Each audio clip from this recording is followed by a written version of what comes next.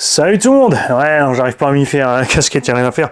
Ouais, j'ai essayé de faire un peu, tu vois. Ouais, je suis YouTuber sponsorisé de partout, j'ai plein de trucs gratuits et non. Mani, il achète encore tout ce qu'il veut pour pouvoir dire tout ce qu'il veut. C'est la différence. Alors, aujourd'hui, nous n'avons pas un petit cross RC, bien sûr, nous avons une petite voiture piste. Comme je l'ai dit dans la vidéo précédente, normalement, qui doit être sortie avant, celle de la Tamiya TT01. Prête pour la phase 3 sur le circuit. Nous avons ici une autre machine de piste, même si j'ai d'abord envie de déballer le Feiju Scorp, Mini Scorp, on en a pris pour le pur délire. Souvenez-vous, on avait une machine de ce genre ici, en petit pick-up, c'était la Baron. D'ailleurs, c'est celle qui est vue du dessus sur la boîte, non, ça c'est encore la Mini, autre chose. Donc la Baron qui était un pick-up.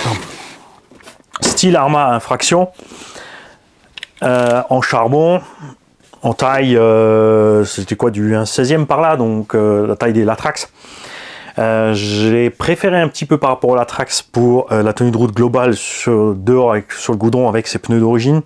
Tu as bien sûr aussi les pneus drift avec, tu as tout l'éclairage, tu avais même un AVC TSM USP, appelle-le comme tu veux, donc un système de stabilisation de la trajectoire. Manquait bien sûr les amortisseurs Hero, mais la Latrax aussi, par contre niveau prix, rien à voir. On était sur 50-70 € avec plusieurs batteries, alors que la Latrax 150, il y avait une grosse différence. Bien sûr, la Latrax, tu peux équiper ci, ça, machin. Celle-là n'est pas prévue pour être équipée ci et ça, machin. Mais maintenant, ils les sortent en brushless. Et ils ont modifié aussi les carrosserie, enfin il y en a beaucoup plus, puisqu'avant on avait un pick-up, ensuite on a eu une espèce de Mustang cabriolet avec un arceau au-dessus, voilà, ça plaît aussi à certaines personnes.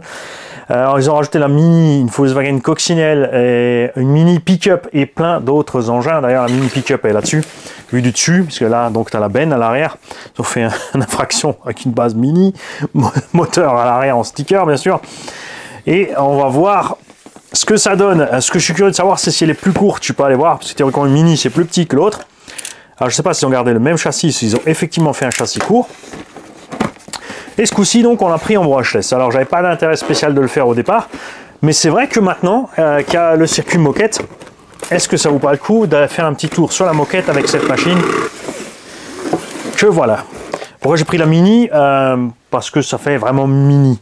Et je crois que oui, effectivement on a le même anthrax que la Baron. L'autre c'était juste la Caro qui était plus longue, surtout à l'arrière. Ça a une bonne gueule, j'aime bien. C'est une voiture rouge, donc ça va vite. Il y a la légende blanche, c'est rallye. Il y a le chef Flo, il va vraiment finir par me mettre un truc dans la bouffe quand je serai là-bas. Tiens, une petite crevette périmée. Ou une moule périmée. Si on lui mettait ça dedans, histoire qu'il en chie un peu l'Alzaco là.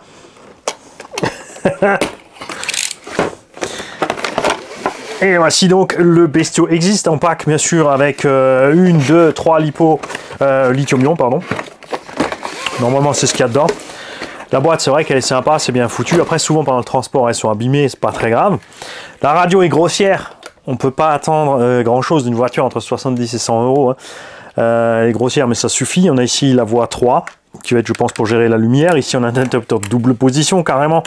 Donc il y a même de quoi équiper des petits crawlers, interrupteur on-off. Donc ici le système de stabilisation que tu peux enclencher ou éteindre.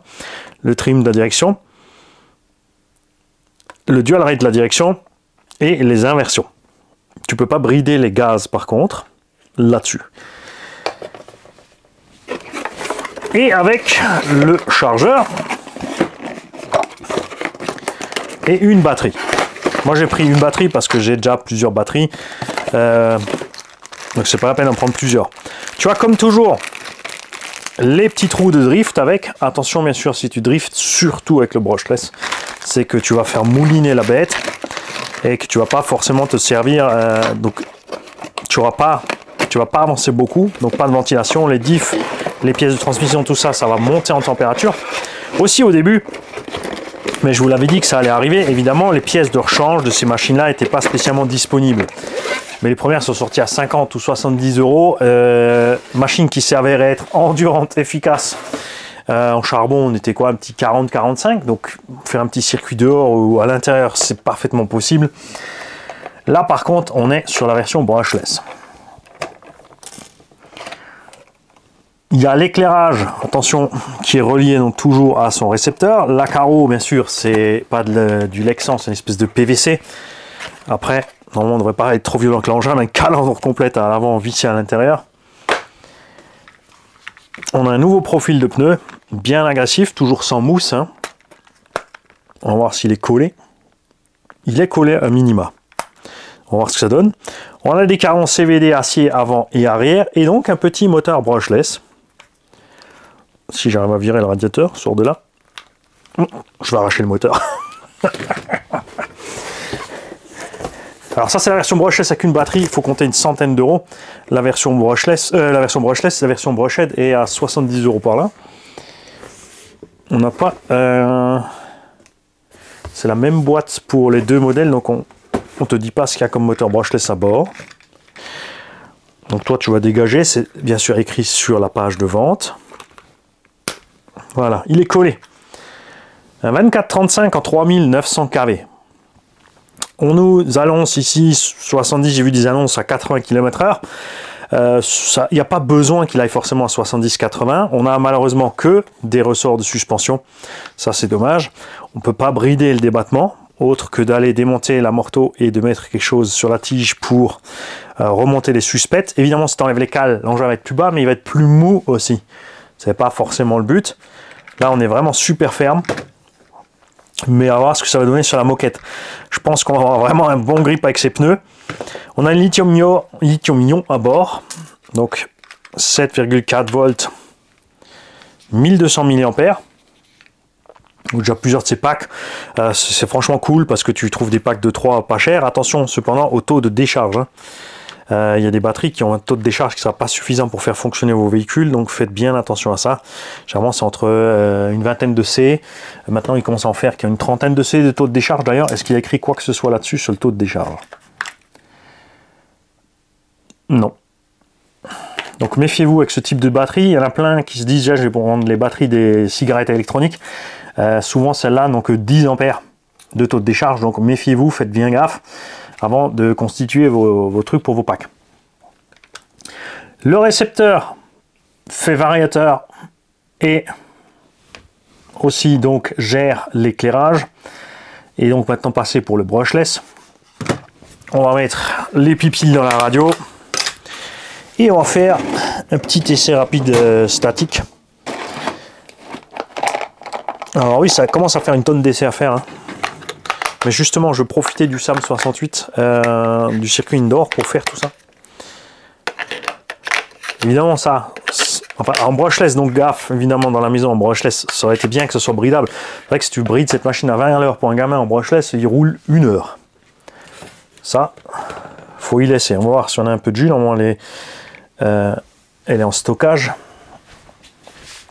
On va checker ça. Avantage bien sûr de lithium-ion, point de vue sécurité, 3,5, donc c'est pas en stockage. On va vite mettre une autre batterie, bougez pas.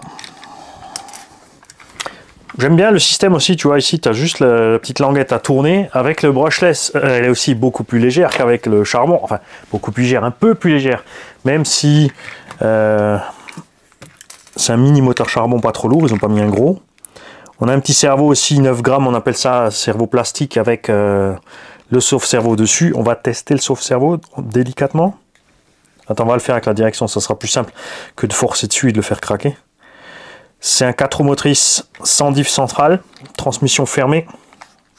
On a un diff avant qui va relativement dur, là, neuf au début.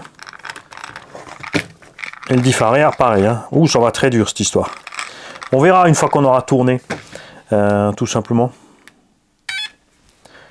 Ok, check. Check rien du tout, faut rester dessus. Voilà, faut attendre que la lumière s'allume. Alors on va trimer cette histoire, tu vois, on est complètement à côté des pompes.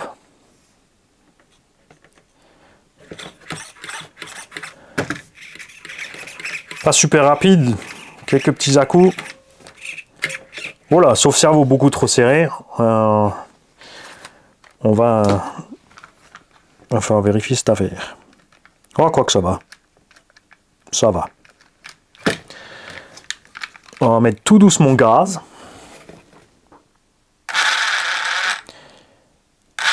Là, c'est brutal au démarrage quand même.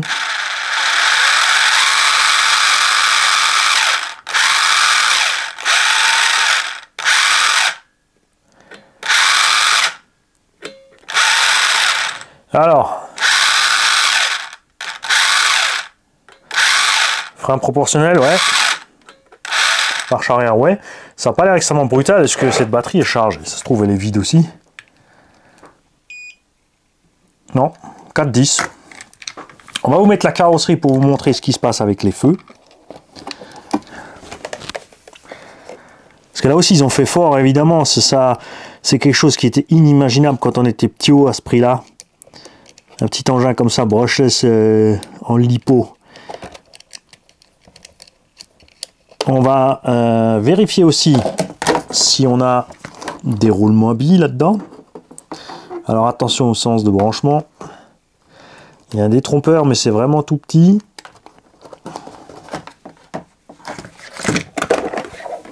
Ouais, ça marche.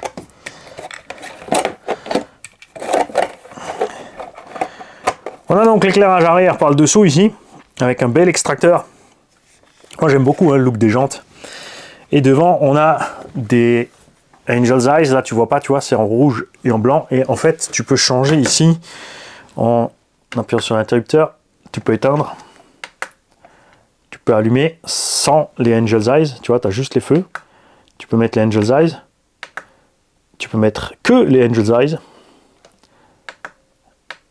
Et par contre là c'est que en rouge. Alors, je sais pas s'il y a un choix au départ. Je sais plus si sur l'autre modèle qu'on avait on pouvait. Non, c'était en vert. Ça va avec. Je crois qu'ils ont mis ça en corrélation avec la couleur de la carreau du coup parce que l'autre il était noir et vert. Enfin bref, ceux qui en ont, vous nous dites ça. Moi je trouve ça funky.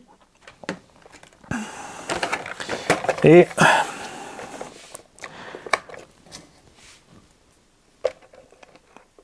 à vue de nez, je tablerais plus sur un 50 qu'un 70. Hein.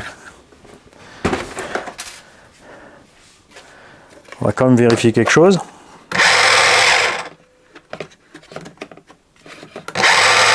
Ouais. Donc là, j'ai enclenché l'ESP. Regarde, il corrige tout seul.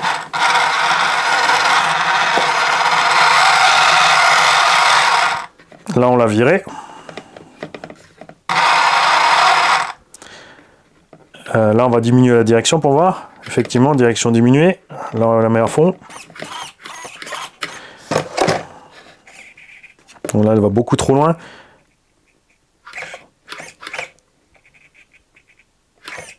Voilà. Ok.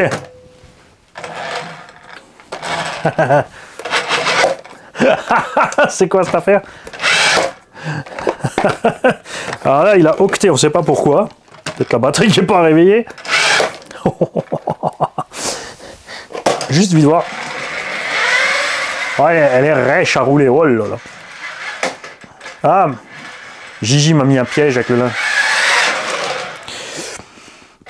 Alors on est loin, mais loin. Ah, là on n'était pas loin du tout du banc. C'est le truc à linge. Alors là on est loin de la vitesse annoncée. Après c'est pas plus mal hein, de ne pas avoir cette vitesse folle parce que 50-70 km, enfin 70 c'est de la folie. Mais là j'ai l'impression tout de suite comme ça là qu'on n'est pas plus rapide que le charbon après avoir dehors. Avoir avec la batterie d'origine chargée, c'est peut-être cette batterie qui est aussi un peu malade là. Mais ça me paraît un peu bizarre. Évidemment, on n'a pas beaucoup de puissance dessus puisque tu vois aussi qu'on a des mini câbles hein, pour entraîner la bête. Est-ce que j'ai une de ces batteries qui traîne la pleine? Non, c'est dommage. Bon, on va s'occuper de ça. On va charger ce bestiau-là et on verra ce que ça donne sur le circuit. Ça m'intéressait quand même, effectivement, je savais bien que, enfin, je me doutais que ça ne monterait pas à 70, mais si on a un petit 50 sur le circuit, ça peut suffire. Par contre, si on est en deçà de cette vitesse, ça va être moins drôle. Donc, il faudra augmenter un peu les perfs, mais attention, attention. Bien sûr, si on augmente les perfs, on aura peut-être un problème au niveau de la transmise. Alors, on va rapidement enlever. On n'a pas besoin d'enlever une roue, on a des roulements à billes dessus. Le véhicule est sur roulement à billes. Mise au point, mise au point. Regarde, on est sur roulement à billes. Donc la seule chose à faire au départ, ça va être... Alors il y a toujours bien sûr les gens qui vont aller tout démonter d'abord pour tout faire à la perfection. Je comprends, ça les amuse. Moi, je vais tout simplement rouler. Ça va se rôder tout seul. Et on verra s'il y a de la casse. Pourquoi je fais ça? Parce que justement, on va voir s'il y a de la casse. Si je démonte et je règle tout de suite et machin, il faut se dire que c'est fait pour débutants. Et petit budget, donc c'est pas des gens qui ont forcément l'envie et la capacité de démonter et de faire tout ça. Donc je trouve toujours ça un peu bête. Donc je préfère vraiment avoir un engin qui est déjà prêt au départ. Regarde comme les diffs font dur.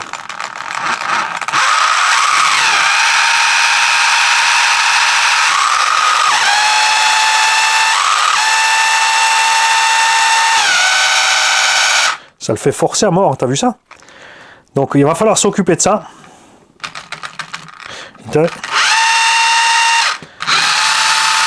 Alors on a une bonne motricité évidemment. Sur circuit par contre un diff arrière aussi raide que ça va pas m'arranger du tout. Et comme dit, il va se libérer au fur et à mesure. L'avant va se libérer aussi. Par contre, on va très certainement, si on roule sur le circuit, surtout sur moquette avec l'accroche, durcir au niveau du diff avant, mais tout ça on verra. En tout cas là, on est vraiment loin des perfs annoncés. Comme dit, après ça c'est peut-être une batterie. Qu'est-ce que j'ai fait de mon truc qui est fatigué? C'est une ancienne. Ça se trouve, elle s'effondre très très vite. En plus, l'engin au début, là vous avez vu, il va un peu dur. Donc ça aide pas non plus. Parce que ça freine tout. Hein. Là ça va, il roule bien, mais les diffs font vraiment dur. Donc on verra cette affaire. Si on veut augmenter les perfs, évidemment si tu changes le combo, enfin si tu mets un moteur plus puissant, de toute façon lui il risque de cramer. Changer les combos complets, bien sûr tu vas perdre le truc d'éclairage. C'est du cerveau 3 fils, donc déjà tu peux mettre un récepteur à part, tu peux mettre un vario à part et tout, mais c'est pas vraiment le but de ces machines. Hein. Après il y en a toujours que ça amuse, je comprends tout à fait. Je risque d'être le premier à le faire si sur le circuit ça ne correspond pas à mes attentes point de vue performance. Parce que si ça fait la même chose que le charbon, dépenser donc 30 € de plus pour avoir les mêmes perfs, ok, on gagne en autonomie. Mais s'il n'y a que ça, au prix des batteries, le pack de 3 à 10 €, 10 ou 15 € ou 20 € même les 3, tu vois ce que je veux dire, ça sera pas du tout rentable. Hein, c'est clair. Donc ceux qui ont déjà les versions brushless, vous me direz tout ça. Comme dit, méfiez-vous des annonces, hein. Il y en a qui annoncent 50, 60, 70, 80, enfin t'as tout et de rien. Moi j'ai hâte de tester ça sur la moquette. Ça va être rigolo. En plus le circuit du coup va devenir très grand. Imagine un challenge avec une dizaine de ces petites bagnoles, comme dit déjà même en charbon, même si l'avantage du brushless restera l'endurance. Hein, mais pour les 30 € de plus, comme dit, c'est un peu moyen. Mais une dizaine de mini comme ça, tu vois, là c'est facilement accessible à tout le monde pour aller se tirer la bourre. C'est des voitures très légères aussi. Niveau casse, on n'a pas eu de soucis avec la Baron. On avait testé dehors un peu plus durement. Je veux dire, on a tapé les trottoirs, grillage, fait des tonneaux. On n'a eu aucune casse. Et maintenant que les pièces commencent à être disponibles séparément, c'est encore beaucoup plus simple. Et c'est ce qui est cool. C'est rebadgé chez plein de marques chinoises différentes. Donc il y a un constructeur de base, on ne sait pas lequel c'est. Ensuite, il y en a 5 ou 6 différents qui les badgent avec différentes couleurs, différentes formes, différents prix, différents équipements niveau batterie, comme dit, différentes annonces niveau de la vitesse. Donc à voir. Ce que les Chinois ont très bien compris, c'est comment vendre avec le look. Hein, quand même. C'est quelque chose que j'apprécie énormément chez Yikong aussi, chez Cross RC et tout ça, d'avoir l'éclairage avec, les fonctionnalités de blocage de diff sur les crawlers et autres. Moi je trouve ça chouette. Allez, là je vous laisse, parce que on va s'occuper du Feiju Scorp Mini, et je vous expliquerai pourquoi je l'ai pris et ce que je compte faire avec tout ça. Même si c'est pas dans l'immédiat, hein, laissez-moi le temps. Mais tout doucement, tranquillou, au pire, arrive à la retraite, on va se servir de tout ce matos. En fait, je suis encore là. J'ai pas fait un essai, mais je l'ai laissé tourner un petit peu, en bloquant une ou l'autre roue devant, derrière. Et ça se libère pas. Ça cuine, ça coince. Donc ça, je suis pas trop chaud. On va donc ouvrir. Pour l'axe méca, 2 vis à l'arrière. et 2 vis devant.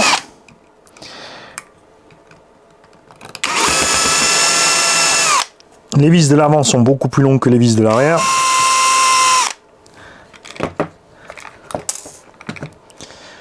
Ensuite, on va voir si le cache ici de transmission est dans le chemin.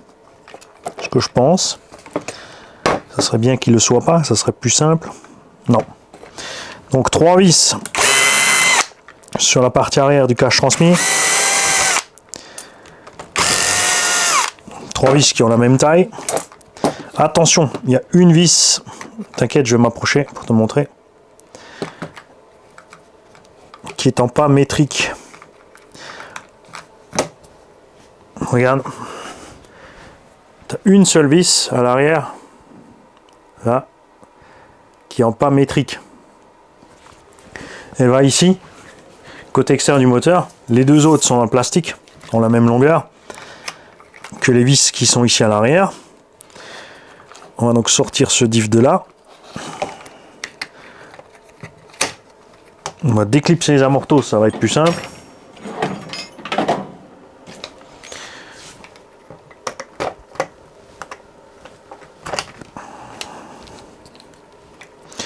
Après, point de vue dimension, je pense que ça sera relativement simple de trouver des amortos hydrauliques pour cette bécane. Si tu te demandes si tu peux les remplir, ça va couler de partout. De toute façon, il n'y a pas de piston à l'intérieur. Il y a juste une tête de vis qui se balade joyeusement.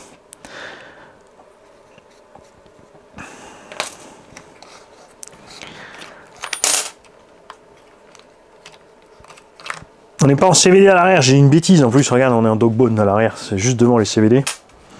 Mais ça rentrait tellement dans la noix, et là le diff arrière, ouais, ouais la vache, il y a tout qui coince. Oh, regarde ça. Écoute. Ça, c'est pas bon.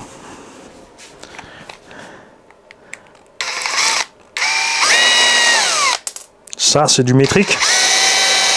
Après, hein, au moment de démonter le diff, tu te planteras pas, tu mettras pas par hasard les autres. Et je pense que ça coince au niveau de l'emmanchement. Même pas.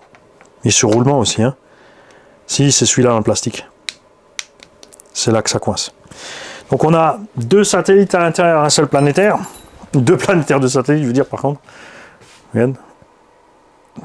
Tu vois, un seul axe. Si tu demandes si tu peux en mettre 4, la réponse est non, sauf si prévoit une option, puisque cet axe ici au centre n'a pas le petit morceau en moins pour passer l'autre axe qu'il aura aussi en moins. Donc tu peux pas empiler 2 axes comme ça. Et de toute façon après, aller opérer ça soi-même avec la Dremel pour réussir à mettre 4 satellites, ça va être chaud. Ensuite c'est clipsé. Tu pousses dessus, tu sors la noix. Et là où ça coince, c'est là-dedans. Donc effectivement, ça peut se faire en roulant, mais ça risque surtout de chauffer et de faire l'effet inverse. Donc même, on va mettre de la graisse dessus pour voir. Tiens, on va prendre un peu de graisse du diff là.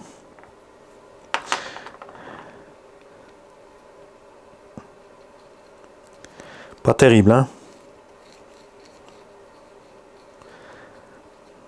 C'est fou, hein? Parce que ce côté, il va nickel.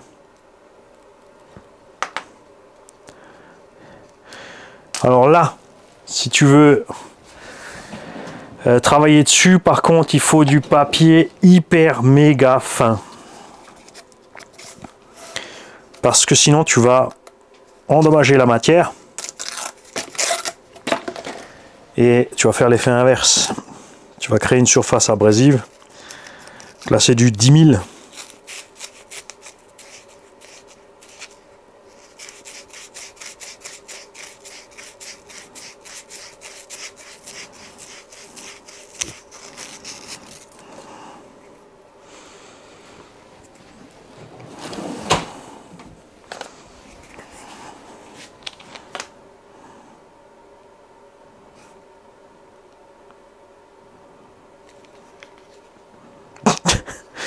Mais oui, Mani, normal. Un tout petit peu. Tu connais?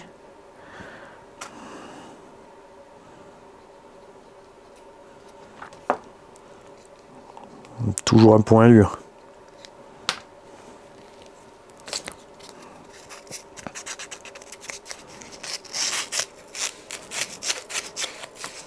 On va essayer quelque chose.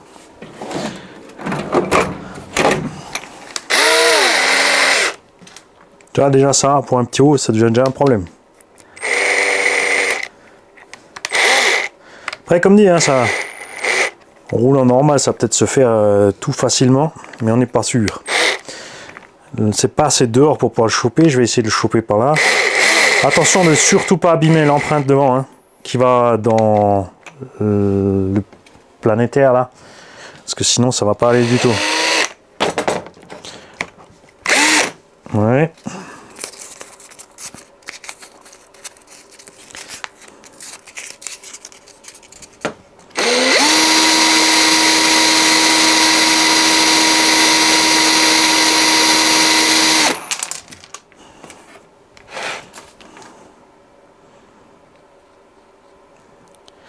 Ça commence à venir, mais on a encore un petit point dur. C'est comme si la pièce en fait n'était pas bien ronde. C'est possible que ça vienne du puits. Par contre, travailler le puits, c'est un peu plus compliqué.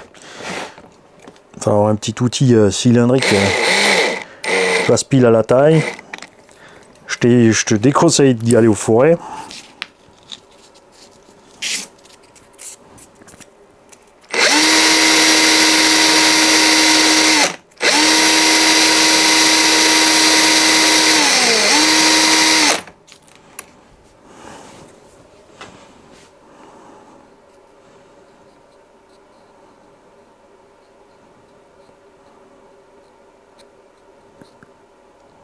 Encore un peu, hein, c'est dingue.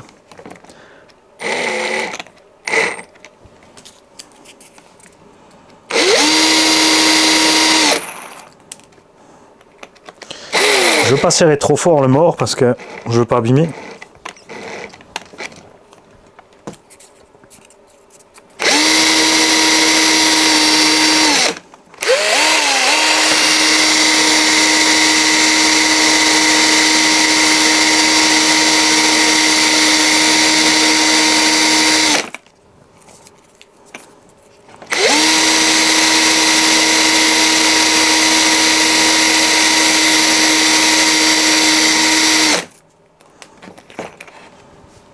Je me demande si mon papier est pas, il n'arrive même pas éventuellement à abîmer la surface en fait. J'ai l'impression que ça va un tout petit peu mieux, mais c'est vraiment super minime. Est-ce qu'on va essayer avec quelque chose d'un peu plus dur comme matériau?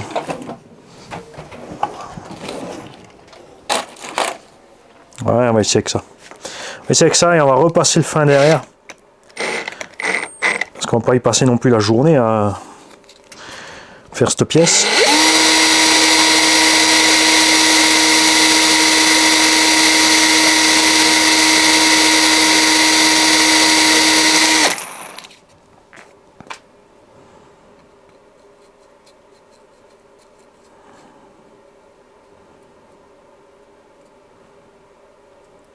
Voilà, vraiment toujours un point dur, hein. Il n'y a rien à faire.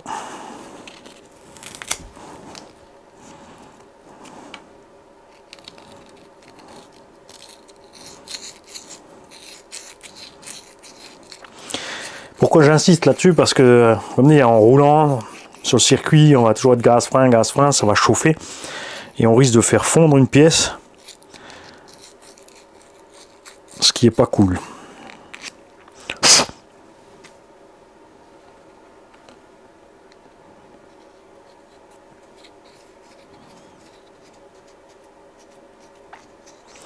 Ça vient, mais c'est, je sais pas, c'est bizarre, c'est pas terrible.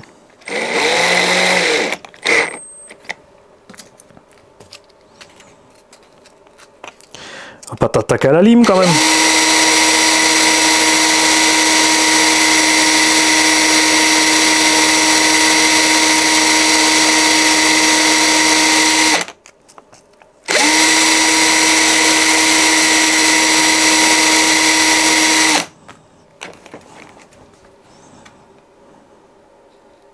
Ah, voilà, on y arrive.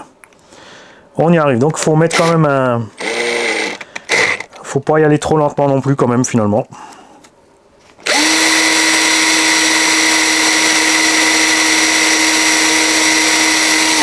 Et ensuite un petit coup de papier très fin.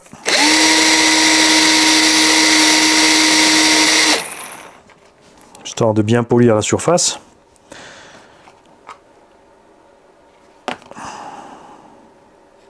Ah, voilà.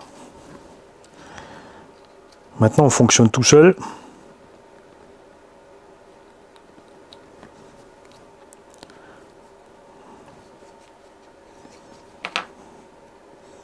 Ouais, définitivement on est bon.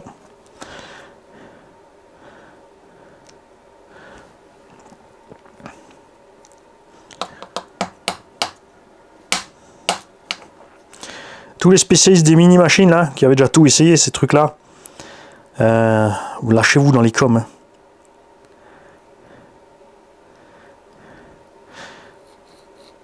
C'est là pour ça.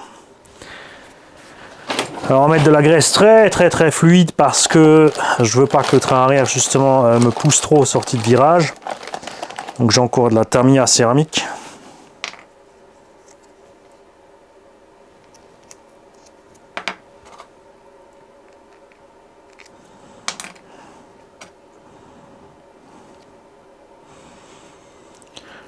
Vous dites pas que je peux mettre de l'huile parce que non.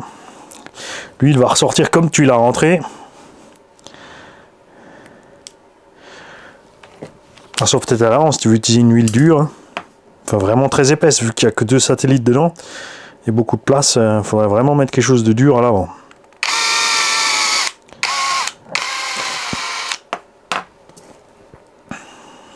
Je vous garde avec moi parce qu'on veut voir la différence ensemble. Regarde, on prend pas de vis, hein. Non c'est bon. Je suis pas trompé. On va en mettre que 2 pour voir. Rapidement. On va travailler avec le mini tournevis aussi. Où est-ce qu'il est? Voilà. Ah regarde, c'est quand il est assemblé qu'il coince. Il n'y a pas que donc le fait que ça glisse. J'ai les doigts qui glissent.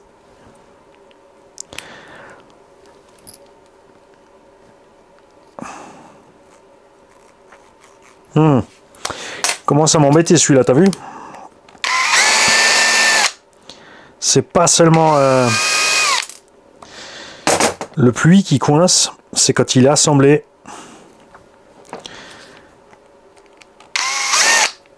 Ça lui comprime les pignons.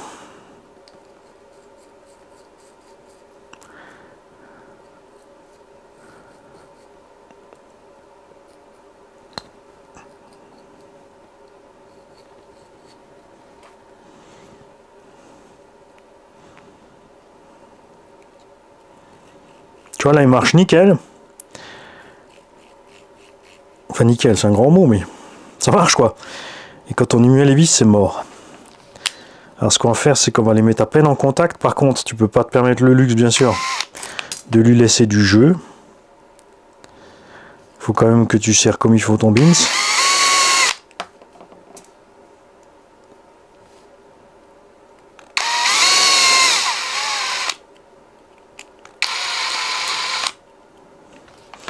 Alors, une fois toutes les mettre en place.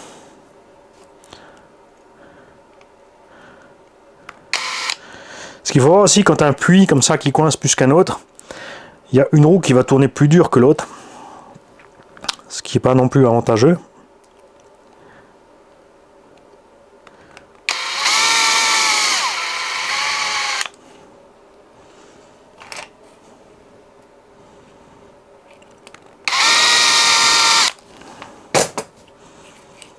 Voilà, donc là tout est nickel libre. Et maintenant on va serrer par étapes. Juste à contact. Et dès que la couronne ne bouge plus, on va s'arrêter.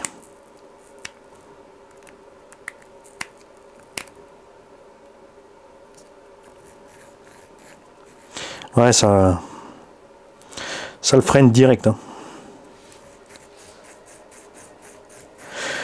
Donc là, si tu veux y aller au détail, il faudra à l'arrière des planétaires, en fait, t'amuser à poncer un petit peu à gauche, un petit peu à droite, tout remonter, ainsi de suite et ainsi de suite. Tu vois, là, il va direct nouveau dur.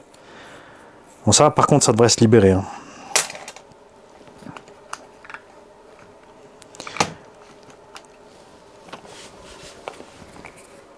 On va rapidement quand même le monter. Histoire de... C'est un petit coup de gaz.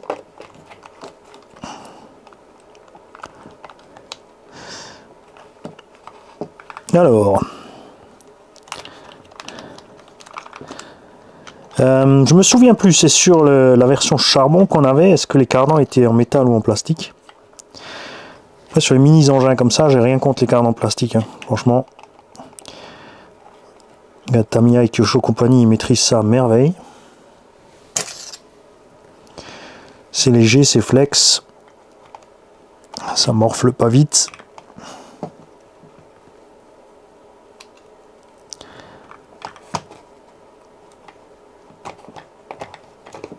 Voilà. Alors, bouge pas.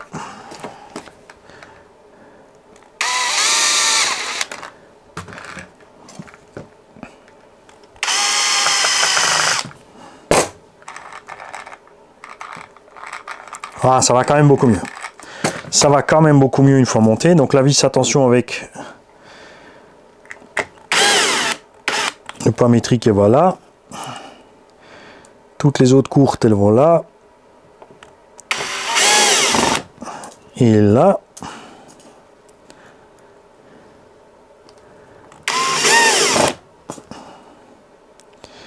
Et vous ferez gaffe, hein, pour ceux qui s'amusent un petit peu à ponçouiller les planétaires. Pour qu'il y ait moins de pression sur le diff, de ne pas faire trop, parce que tu vas avoir trop de jeu et tu vas créer l'effet inverse, hein, tu vas faire sauter les dents.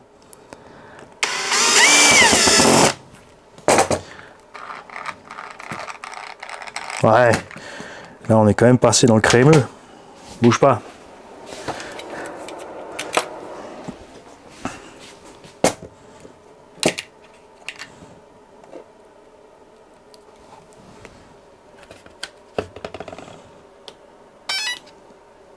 Reste dessus. Voilà. Alors.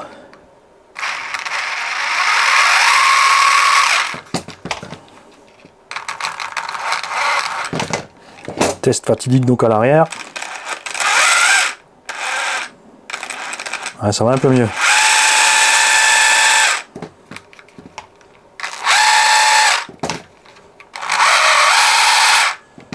C'est pas terrible encore, hein.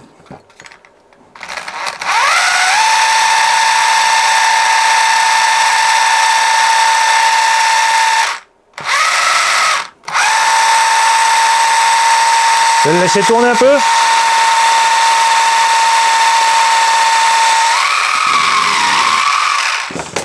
Pour voir.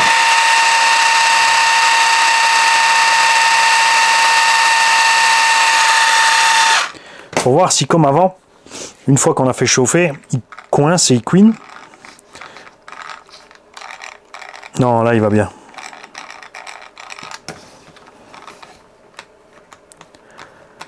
Ouais, c'est pas ça encore. On est déjà 2 fois mieux qu'avant, mais on n'est pas encore au point. Donc méfiez-vous sur vos modèles, ce que ça va donner.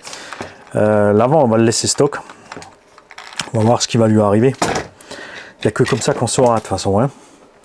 Donc un peu déçu tout de suite là pour la vitesse, même si comme dit, je ne m'attendais pas à 70. Mais tu vois clairement, point de vue perf, quand tu mets gaz, il ne se passe pas vraiment méchamment grand chose. Hein. Allez, à bientôt.